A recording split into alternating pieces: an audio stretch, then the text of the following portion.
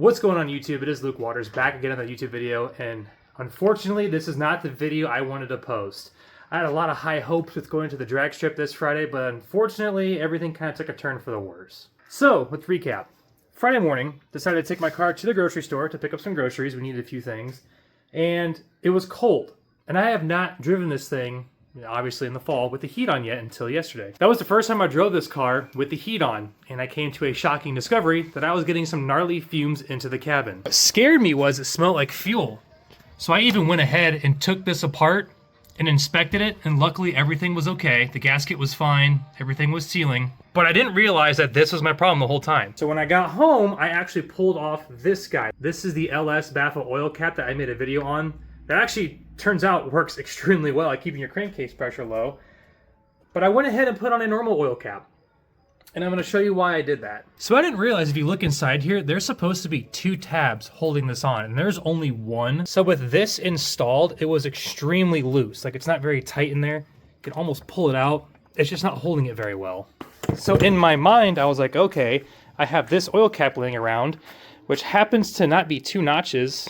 And when I put it on, where's the hole? Light it up. There it is. It sealed it very well. And that's how I took it to the drag strip like this. So actually, believe it or not, for the 4-hour round trip, this car did fantastic. It got really good gas mileage. I was a little bit shocked. Didn't hesitate, didn't misfire at all, no throttle body codes. The car ran fantastic there and back. So I'm glad the car was able to take me there and back. But the problem is, I didn't account for the extra crankcase pressure that I was getting because I put in an aftermarket oil pump. So this is the oil pump that I went with. It's basically a standard pressure, high volume pump. So I didn't want to get something that's going to give me too much oil pressure, but with the extra volume, you will run into some scavenging problems and obviously extra crankcase pressure. So with my negligence, I went ahead and ran it as is, didn't do any test hits on it. And when I went to the track to make my first pass, I oiled down the first 1/8 mile. And I swore to you, I blew this thing up. I should have taken pictures of it. There was so much smoke coming out of underneath this thing. Oil basically coated my entire exhaust from the headers all the way to the axle backs. Because when I pulled over, I swore that my tires were on fire. Even the guy from the track who drove up, he's like, hey man, is all the smoke coming from the rear end? Because there was no smoke up here initially. All the smoke was coming from back there. So another track official comes up and says, yeah, dude, you got oil under the car. So we push it off the track and we park it, and I let it sit for about 20 minutes. I call the wife. I'm like, hey, I need to ride home. I broke down. I'm kind of in a situation here. She would have had to have driven 2 hours to come get me, and then 2 hours back. We wouldn't have gotten home till like 10 o'clock at night. It would have been a whole situation. But about 20 minutes later, an old gentleman comes up and goes, have you tried to restart it yet? And I said, no. He goes, why don't you fire it up and see what happens? And in my mind, I thought I blew the motor up. Like, I thought there was a hole in the block. You know, I was kind of freaking out. I know I'm calling people trying to get a new engine already. It was kind of a situation. So I went ahead, fired it up, and lo and behold, the engine's fine. It purred like a kitten. It was quiet. There was no more oil coming out of it.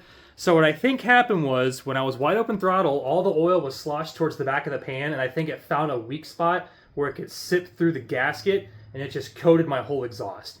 This was a huge eye-opener to me because I didn't take into consideration the safety of this car and how important it is to have something ready in case there is a fire. Like, that's one of my biggest fears with this thing, is setting it on fire, whether it's a fuel leak or it's an oil leak or transmission fluid leak, whatever fluid will catch fire. I don't want to catch this thing on fire. So that being said, I did order a fire extinguisher for this thing just to have one on hand. More importantly, I don't want to hurt somebody else and cause damage to somebody else's car. So I got one on the way. We're going to install that as well as a new catch can setup. I'm done with the Amazon catch can and this oil baffle. The baffle did its job, but the amount of fumes I was getting into the cabin was a little bit extreme, and it was uncomfortable to have the heat on while driving it around. And the other catch can I'm getting will mount to the driver's side. It is still vented to atmosphere, so it's a very simple setup. It's not a Mighty Mouse, but I'll show you guys one that's coming. I'm pretty excited. I've ordered a few parts from this guy already, and he makes some pretty good quality parts. He's big in the Caprice world. He's trying to get a good name for himself, so I'll definitely give him a shout out on my next video. But that was basically the drag strip experience. It did not turn out well. I was really getting excited. The vibes were good. Everything was going well. It's just a shame that nothing worked out because the DA was fantastic. It was like a crisp, like 65 degrees there, cloud coverage, a slight breeze. and the track prep was really good. US 41 did a really good job at prepping that track. A lot better prep than what I'm used to, so I will definitely be going back. And they're doing another testing tune this coming Friday. So I might try to take the car out there again and try to do some more test hits. Unfortunately, I let off before the 8th, but I did, I think it was 7.6 at like 96 mile an hour, which is only good for like a mid-11s pass. But for me just kind of easing into it, I didn't really floor it right away because I'm used to spinning. But when I realized the track prep was good, I was going to do a harder launch on my next pass, but obviously I couldn't do that.